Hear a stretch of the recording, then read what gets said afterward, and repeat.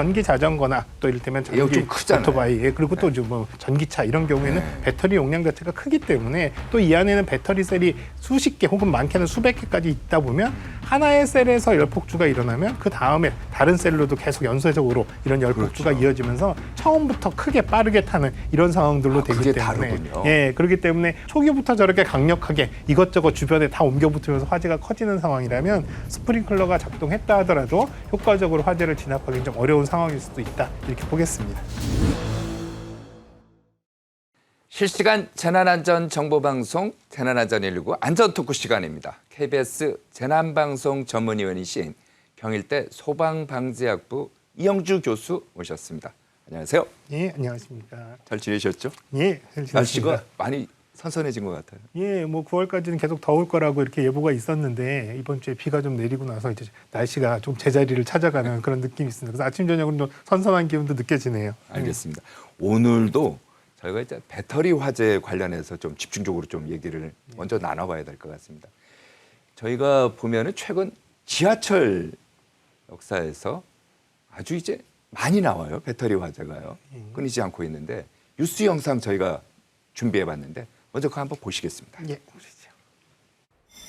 지하철 역사 안에서 화재 경보음이 울려 퍼집니다. 개찰구 쪽은 희뿌연 연기로 가득 찼습니다. 앞이 제대로 보이지 않을 정도입니다. 서울 지하철 2호선 합정역 승강장에서 승객이 갖고 있던 20kg짜리 전기 오토바이 배터리에서 연기가 피어올랐습니다.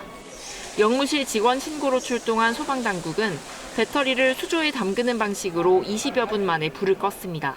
인명피해는 없었지만 2호선과 6호선 양방향 열차가 1시간 가까이 합정역을 무정차 통과했고 놀란 시민들이 대피하는 등 한때 소동이 빚어졌습니다. 이 시간에 많고 6시 정도 되면 엄청 더 많아요. 지금보다 훨씬 더 많아요. 비행기에서 났었으면 어쩔 뻔했나 그런 생각 많이 했어요. 지난달 27일 서울 지하철 4호선 이촌역에서도 열차 안 보조 배터리 화재로 승객 100여 명이 대피했습니다. 그 뒤 닷새 만에 또다시 다중이용시설에서 배터리 화재가 난 겁니다. 소방당국은 정확한 화재 원인을 조사하기 위해 국립과학수사연구원에 정밀 감식을 의뢰했다고 밝혔습니다. KBS 뉴스 문예슬입니다. 그 화면을 보면요. 네. 역사 앞이 이제 보이지 않을 정도로 연기가 가득 찼는데 예. 이 연기 유독가스는 아닌가요? 어떻습니까?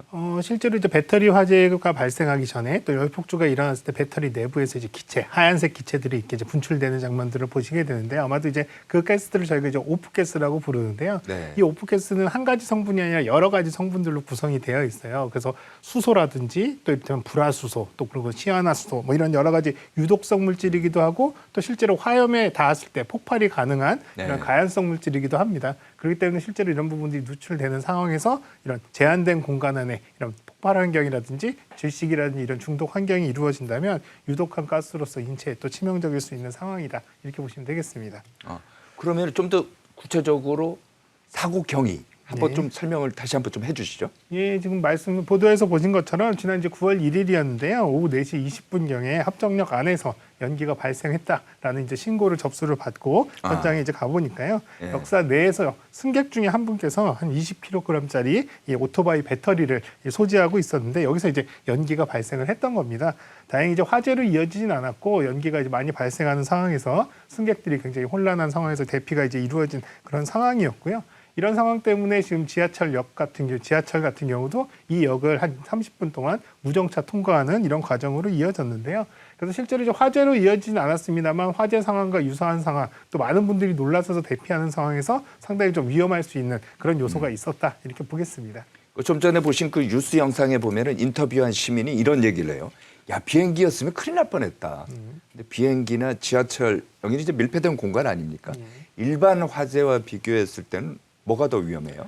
예, 기본적으로는 사실 비행기라든지 배 이런 곳에서의 화재가 발생했을 때가 훨씬 더 위험한 상황이라고 보시면 될 것 같아요. 밀폐된 공간이라고 하는 특수성은 같지만 사실은 우리가 지하철도 사실은 뭐 화재가 발생했을 때 즉시적인 대피가 네. 좀 어려울 수 있습니다만 비행기나 배 같은 경우는 꼼짝없이 사실은 그 안에 갇혀 있어야 되는 상황이거든요. 예를 들면 바깥으로 나간다 하더라도 물속이거나 혹은 또 혹은 공중에 있는 상황이기 때문에 대피 자체가 불가능한 이런 상황. 그렇기 때문에 더더욱이 배나 비행기에서의 화재 예방이라든지 또 화재 시의 초동 대응 이런 것들이 굉장히 중요하고 또 이런 것들을 또 갖추고 있는 이유거든요.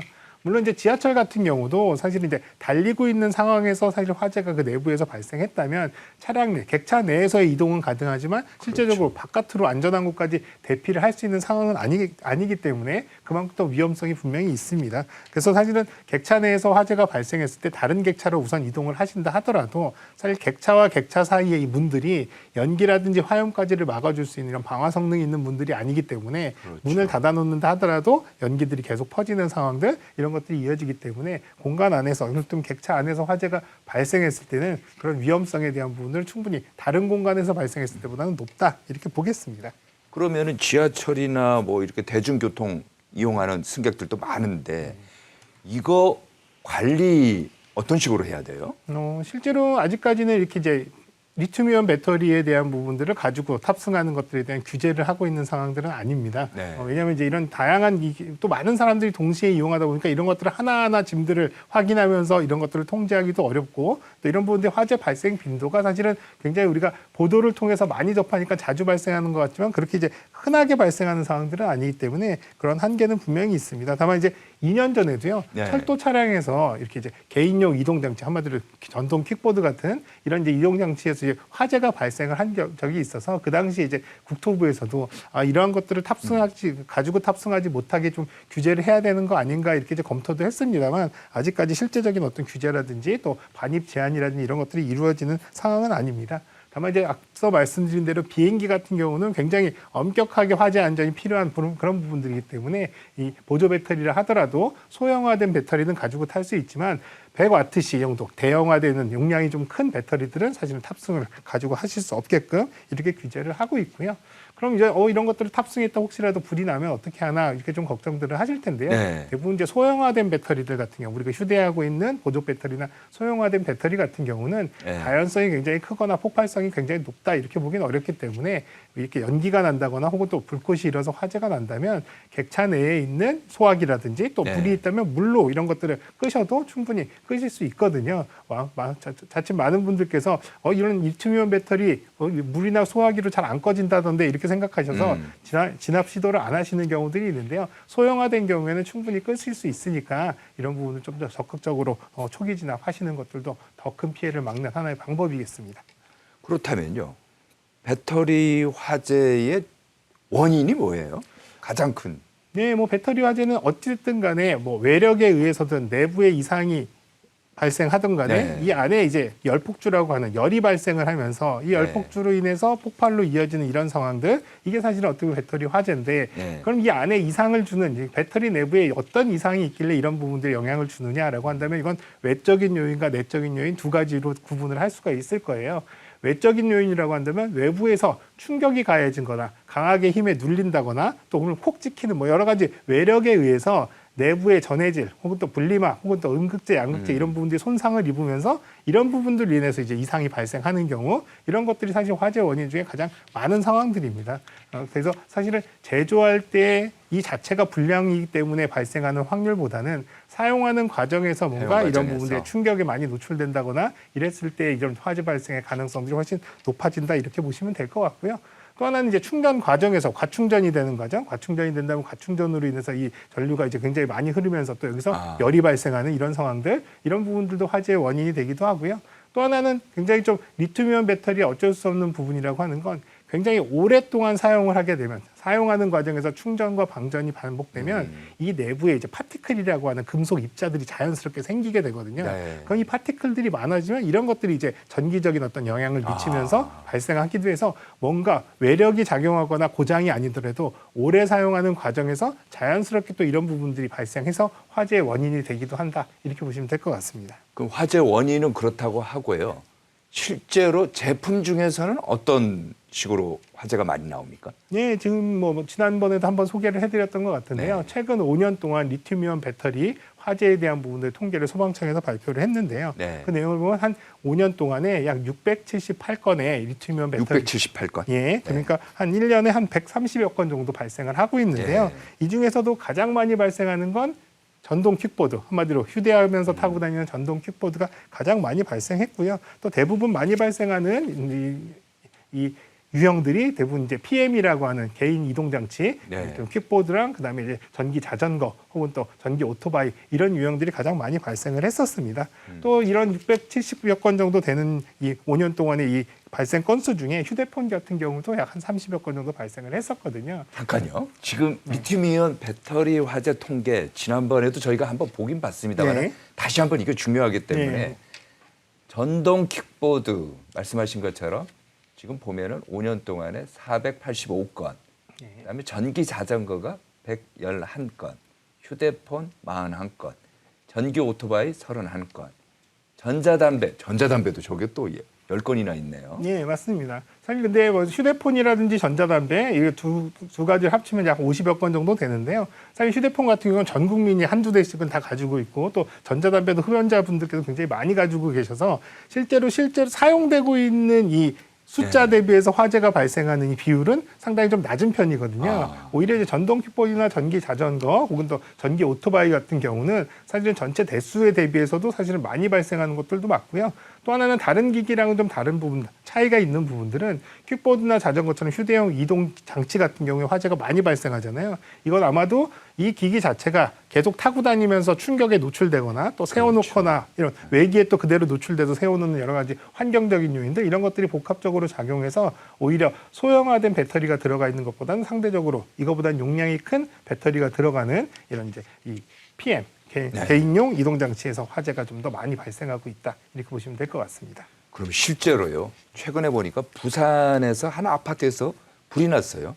왜 불이 났는가 이렇게 소방당국이 조사를 해보니까 이게 전기 오토바이 배터리 여기서 난 걸로 이제 보더라고요. 실제로 얼마나 위험한지 뉴스 영상이 있어요. 저희가 한번 보여드리겠습니다.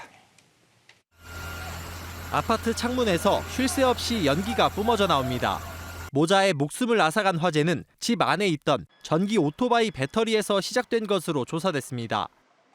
실내에서 대용량 리튬이온 배터리에 불이 난 상황을 실험했습니다. 배터리에 열을 가하자 화염과 함께 흰 가스가 뿜어져 나옵니다. 배터리 내부에서 열 폭주 현상이 나타나더니 격렬한 폭발이 일어나며 배터리가 바닥에 나뒹굽니다. 1분 만에 실내 온도는 300도를 넘어섭니다. 실험한 컨테이너 내부입니다. 이 폭발 충격과 화재 열기로 유리창에 금이 가고 창틀이 휘어졌고 이 CCTV는 완전히 녹아내렸습니다. 40초 이내에 가시거리가 0이 되는 상황이 벌어졌고 방 내의 최고 온도는 300도를 1분 이내에 달하게 되었습니다. 그래서 내부에 인명이 있을 경우에 대피하기가 힘들고 스프링클러가 작동해도 실내 온도는 조금만 내려갈 뿐 최고 800도까지 치솟은 열기를 식히기엔 역부족입니다. 전기 오토바이 배터리, 착탈식 배터리는 절대 실내에서 충전을 하지 말으셨으면 좋겠습니다. 그렇게 하시는 것이 지금으로서는 가장 최선일 것 같습니다.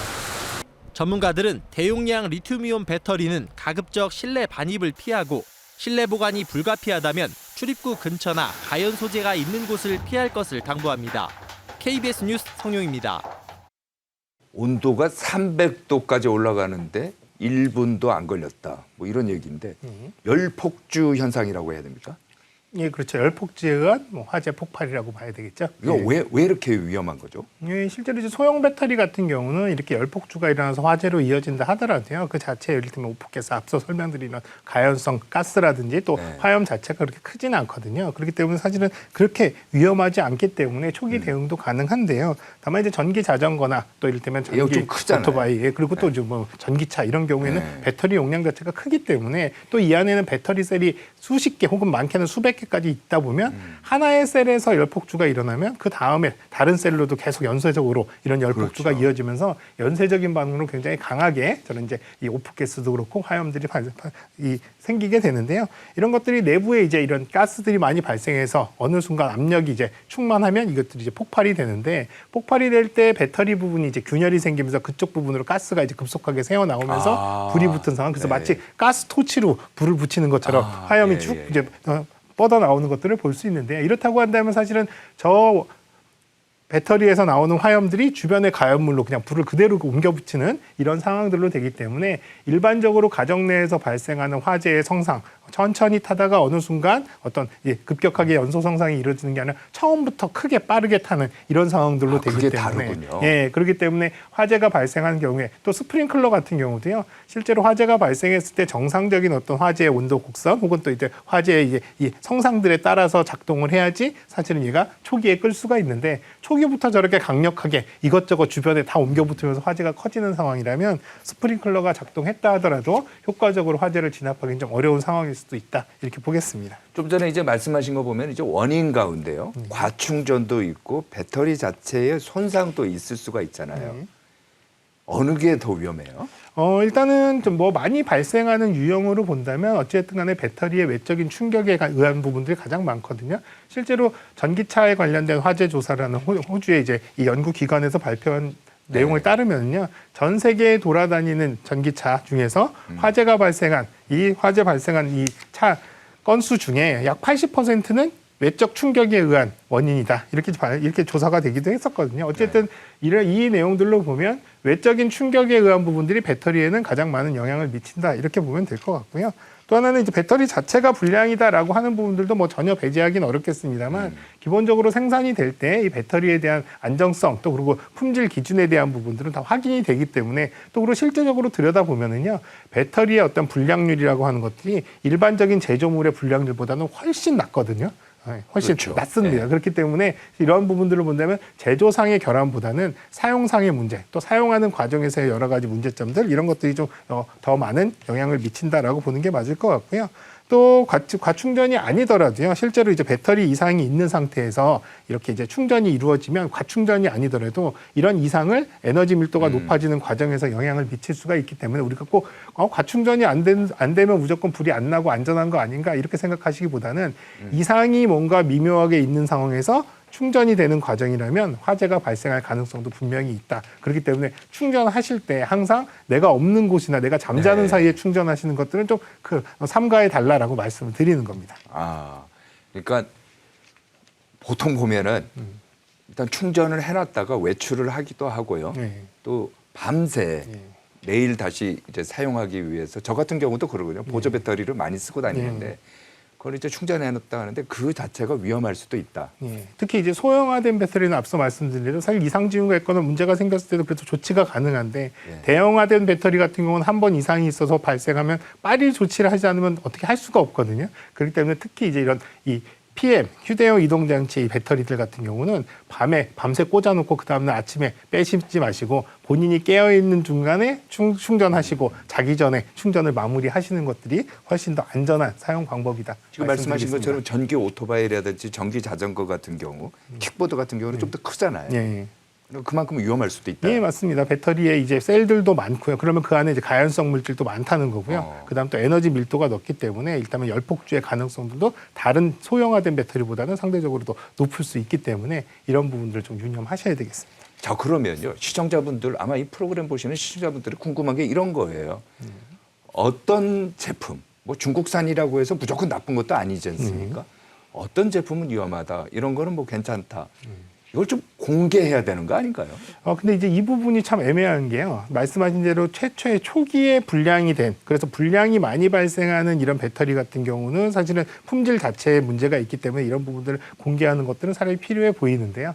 다만 배터리 화재가 발생한 이후에 이런 것들이 초기의 불량인지 아니면 사용상의 이상이 있어서 이 문제가 생겨 화재가 됐는지를 확인하기가 굉장히 어렵습니다. 왜냐하면 배터리 안에서 이미 열폭주가 일어나서 다 타버린 상황이기 때문에 이 원인이 최초부터 잘못 만들어진 건지 혹은 또 사용하면서 뭔가 문제가 생겼는지를 확인하는 과정들이 어렵기 때문에 그러면 불났다고 해서 이게 다 잘못 만들어진 제조사의 책임으로 해서 이걸 다 공개하는 게 꼭 맞느냐라고 하는 부분들은 또 이제 우리가 좀 들여다봐야 되는 부분들이거든요. 그래서 지금 현재까지는 이런 제조사들은 이런 제품화되어 있는 것들이 화재가 난다 하더라도 이 배터리의 제조사들이나 혹은 또 이 제품을 만드는 회사에 이런 부분들을 구체적으로 이제 언급을 안 하거나 이런 부분들은 그런 한계가 있기 때문이다. 이렇게 이해를 하시는 게 또 하나 이 좋겠습니다. 프로그램 교수님 말씀 듣다 보면은 궁금한 게 이런 거예요.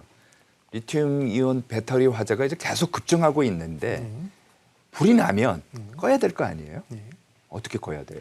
이게 보통 물 뿌리고 이래서는 안 된다고 얘기를 들었거든요. 근데 많은 분들께서 그렇게 생각하시지만 사실은 그렇지 않거든요. 사실 우리가 물을 부어서 또 혹은 또 이런 일반적인 소화 방법으로 꺼지지 않고 잘 어렵다고 하는 것들은 대형화된 리튬이온 배터리, 특히 전기차 화재 이런 것들이거든요. 이 전기차 화재 같은 경우는 기본적으로 말씀드렸듯이 많은 배터리들이 동시에 셀들이 들어가 있기 때문에 처음에 한두 개가 뭔가 문제가 있어서 열폭주가 이루어지면 화재도 발생하지만 이 열폭주의 연쇄적인 반응들이 일어나서 화재가 꺼진다 하더라도 열폭주들이 계속 이어지면서 그래요. 화재가 잘 안 꺼지기도 하고요. 또 바깥에서 배터리가 이제 차량 하부 쪽에 있고 또 차체에 가려져 있다 보니까 바깥에서 아무리 좋은 소화약제나 물을 뿌린다 하더라도 배터리까지 충분히 침투하지 못해서 제대로 냉각 효과라든지 화재 진압의 효과를 발휘하지 못하기 때문이거든요. 다만 이제 소형화되는 소형 이 리튬이온 배터리 혹은 또 이제 보조 배터리 같은 경우는 사실은 그대로 노출되어 있는 상태에서 불이 낸다면 사실은 그 규모가 크지 않고 또 그리고 필요하다 그러면 물에다 바로 담궈서 그냥 끄실 수도 있거든요. 그렇기 때문에 물이라든지 소화기로 소형화된 배터리 어떤 화재들은 충분히 끄실 수 있다. 그럼에도 불구하고 안 꺼진다고 한다면 이것들을 사실 뭐 이를테면 이 가연물이 없는 곳에 옮겨두셔서 주변으로 착화되는 것들만 막아주신다 하더라도 사실은 대형 화재로 이어지는 것들은 충분히 막을 수 있기 때문에 오히려 이제 이런 부분들이 너무 안 꺼지니까 일단 대피하고 보자 이렇게 생각하시기보다는 바로 발생한 상황이라면 초기 진압을 시도하시는 것들 충분히 가능합니다. 다만 이제 충전 중인 경우에 배터리를 충전 중인 경우에 불이 났을 때 물을 뿌렸을 때 배터리의 문제보다는 전기적인 문제에 의해서 오히려 감전이 된다거나 이런 위험이 있으니까 충전 중인 상황이라면 충전기를 분리하거나 혹은 이런 것들이 없다면 차단기를 내려서 전원을 차단한 상태에서 물이라든지 소화기로 소화를 하시면 충분히 가능합니다.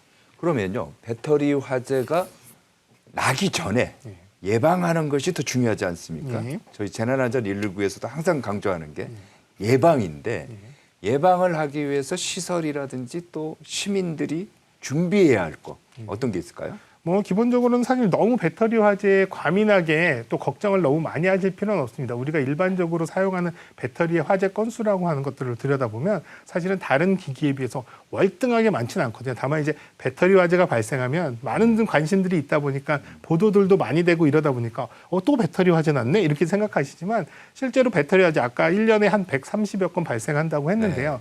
우리나라에서 발생하는 1년에 세탁기 화재도 한 110건 정도 있거든요. 그러니까 사실 일반적인 가전에서 발생하는 것과 그렇게 큰 차이가 있는 건 아닙니다. 다만 이제 내가 휴대하고 다니면서 또 혹시라도 또 이런 부분들이 문제가 생겼을 때 또 즉시적으로 대처를 해야 되니까요. 가급적이면 배터리 혹은 또 휴대폰 같은 것들은 본인이 항상 소지하고 다니시라 말씀드리겠습니다. 왜냐하면 이런 것들이 짐에 넣어놨거나 또 눈에 보이지 않는 곳에 있다가 화재가 났을 때 얘가 굉장히 강한 화재 때문에 위험하다기보다는 얘가 이제 다른 물건들에 옮겨붙어서 가연물에 옮겨붙어서 큰 화재로 이어질 수 있는 가능성이 있기 때문에 이런 부분을 좀 유념하시면 좋겠고요. 또 충전하실 때 완충을 하거나 또 완전 방전을 하거나 이런 부분들은 사실 배터리 자체의 수명에도 좋지 않고요. 또 화재 관점에서도 좋지가 않기 때문에 한 10%에서 한 80% 내외 정도 한마디로 수시로 충전을 하셔서 적정하게 이렇게 사용을 하시는 게 오히려 좀 안전한 사용법이고요. 또 자주 떨어뜨리거나 충격이 가해지지 않도록 조심스럽게 다루시는 것들 또 외형적으로 뭔가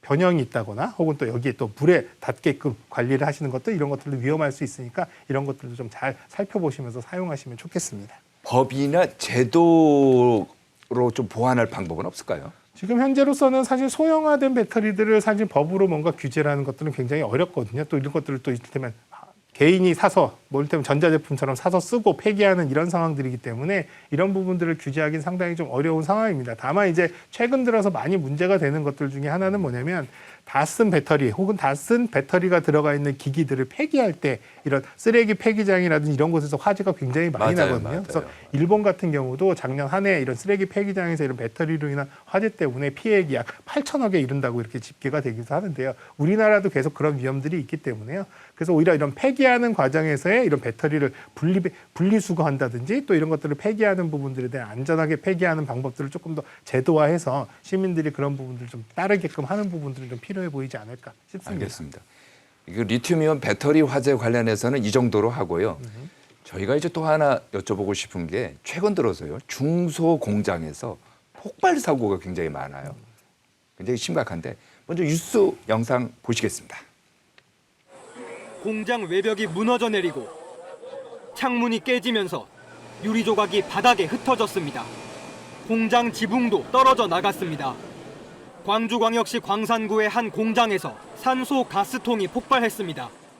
이 사고로 공장에서 작업을 하던 50대 한 명이 숨졌고 주변에 주차된 차량과 맞은편 공장 일부가 파손됐습니다. 경찰과 소방당국은 정확한 사고 경위를 조사하고 있습니다. 공장 내부 집기가 어지럽게 널브러져 있습니다. 기계 주변에는 경찰 통제선이 쳐졌습니다. 경기도 평택시의 한 화장품 공장에서 증기 기계 폭발로 추정되는 사고가 났습니다. 이 사고로 공장 노동자 11명이 화상을 입는 등 크고 작은 부상을 당했습니다. 경찰과 노동당국은 작업 과정에서 화장품 포장 비닐을 압축하는 증기 기계가 갑자기 터지는 바람에 뜨거운 증기가 새어나온 거로 보고 있습니다. 경찰은 공장 관계자를 상대로 안전수칙 준수 여부 등을 조사할 방침입니다. KBS 뉴스 추재훈입니다. 현장을 보면은 거의 포탄 맞은 것처럼 완전히 그냥 다 파괴돼 버렸는데 사건 개요 다시 한번 정리해 주시죠. 네, 뭐 지난 9월 1일이었는데요. 오후 5시쯤에 발생했는데 광주시 광주광역시 광산구에 있는 이 금형 공장에서 이 산소 용기를 좀 사용했던 것으로 보입니다. 그래서 그 안에 내부에서 사용하던 산소 가스통 자체가 이제 폭발을 하는 이런 상황들이었는데요. 그래서 실제로 이제 사망으로 이어지는 그런 상황이 발생을 했습니다. 말씀하신 대로 폭발하는 압력이 굉장히 컸기 때문에요. 네. 뭐 창문이라든지 주변에 여러 가지 이를테면 벽체라든지 이런 것들도 손상이 될 정도로 굉장히 강한 압력이 형성된 걸로 보입니다. 예.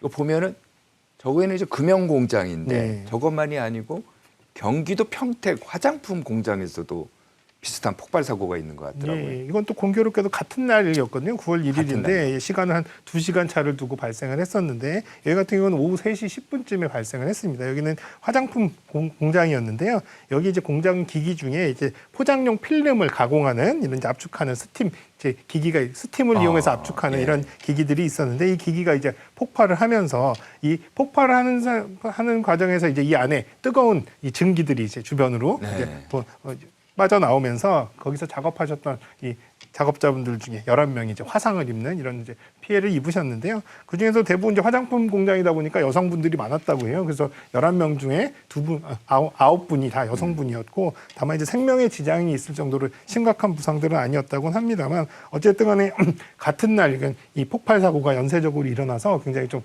이날 경각심을 좀 갖게 했던 그런 이제 하루가 아니었나 싶습니다. 공장을 가동하다 보면은 뭐 여러 가지 사고가 날 수도 있고요. 뭐 폭발 사고도 있을 수는 있습니다만은 그런데 이게 하루에 2건이 광주광역시하고 경기도 평택에서 난 거 아니에요. 이게 어떤 의미가 있을까요? 좀 저희가 안전 의식을 좀 다시 한번 고치를 해야 되는 거 아닌가요? 예, 뭐 그런 부분들이 있어요. 다만 이제 두 사고가 둘 다 폭발 사고긴 하지만 폭발의 이 상황들은 조금 좀 달라 보이거든요. 일단 먼저 발생했던 이 산소통이 폭발한 이 상황 같은 경우는 이제 압력 폭발이라서 안쪽에 이제 산소가 그냥 그대로 폭발해서 화재로 이어지는 폭발은 아니었고요. 그냥 이제 용기 자체가 이제 압력이 굉장히 강해지면서 폭발하는 이런 상황이었는데 대부분 이 용기 같은 경우는 사실은 이제 앞에 안쪽에 이제 이 부피가 온도가 높아지면서 이제 부피가 높아져서 압력이 높아지면 이 압력을 해소하기 위한 이런 안전 장치들이 있거든요. 그래서 과압을 해소하는 장치들이 있는데 이런 것들이 이제 제대로 작동 안 했을 가능성. 그래서 이제 고장이 나는 상황인데 또 고온의 환경에 노출되다 보니까 안에 압력은 높아진 상황에서 폭발했을 가능성도 있고요. 또 하나는 이제 용기 자체가 사실 이제 산소통 같은 경우는 이제 계속 수시로 이제 반복적으로 사용하다 보면 이런 것들이 이제 외형적으로 뭔가 물리적 충격에 의해서 찌그러진다거나 변형이 생기거나 또 약해진 부분이 생기는 경우들도 있고요. 또 오래 사용하다 보면 이 용기 자체를 이제 이음매가 있는데 이런 부분은 용접을 하거든요. 맞아요. 근데 용접 부위가 이제 약해지면서 이제 폭발하는 상황들. 그래서 이런 여러 가지 요인들이 사실 어떻게 보면 이제 화재의 원인이었을 것으로 보이고요. 뒤에 화장품 공장 같은 경우에는 여기 이제 기기 자체가 이제 압력을 쓰는, 높은 압력을 쓰는, 증기를 쓰는 이런 스팀을 쓰는 기기였거든요. 그렇기 때문에 이 기기에 대한 어떤 설비에 대한 부분들의 관리 상태라든지 이런 부분들이 좀 적극적으로 이루어지지 않은 상황이 아닐까 이렇게 들여다보고는 있습니다. 어쨌든 간에 이 두 사고 두 가지 다 사업장이라고 하는 특수성 또 사업장에서 발생한 사고로 인해서 부상자라든지 인명피해가 발생했기 때문에 작업장의 안전 관리가 얼마나 철저히 잘 되었느냐라고 바로 그거예요. 예. 제가 질문 드리고 싶은 게 바로 그건데 아니 정부는 뭐 하는 거고 지자체는 뭐 하는 거예요? 그 산업안전보건법이라는 게 또 있지 않습니까? 예, 정기적으로 와서 안전 점검을 해야 되는 거 아니에요? 근데 사업장의 안전 관리를 누군가가 바깥에서 와서 사업장의 안전 관리를 수시로 하기는 상당히 좀 어렵습니다. 왜냐하면 다양하고 굉장히 많은 사업장들이 있기 때문에 그래서 대부분은 사업장의 안전 관리의 책임을 사업주 혹은 또 현장의 책임자들한테 강하게 묻고 야 너네들이 철저하게 그 작업장의 안전을 관리해라라고 하는 이런 관리의 어떤 체계를 갖고 있거든요. 다만 이제 하신 대로 어쨌든 지금 이런 산업안전보건법상도 그렇고 또 최근에 많이 얘기되고 있는 중대재해처벌법 이런 것들 네. 이중으로 사실 이런 부분들의 책임성을 강조하고 있음에도 불구하고 현장에서 이러한 부분들이 충분히 안전에 대한 부분들이 실제적인 어떤 안전에 대한 부분들을 확보하는 이 기능으로서 이런 것들이 이제 반영이 되고 있는지는 조금 좀 의문이 있는 게 중대재해처벌법이 이제 시행된 지도 벌써 2, 3년이 지났는데도 그렇죠. 불구하고 네. 계속 사고들이 사실 줄지 않고 있거든요. 그래서 제가 이제 사실은 다 많은 기업들을 또 만나보기도 하고 현장에서 가서 보면 안타까운 부분들이 이런 겁니다.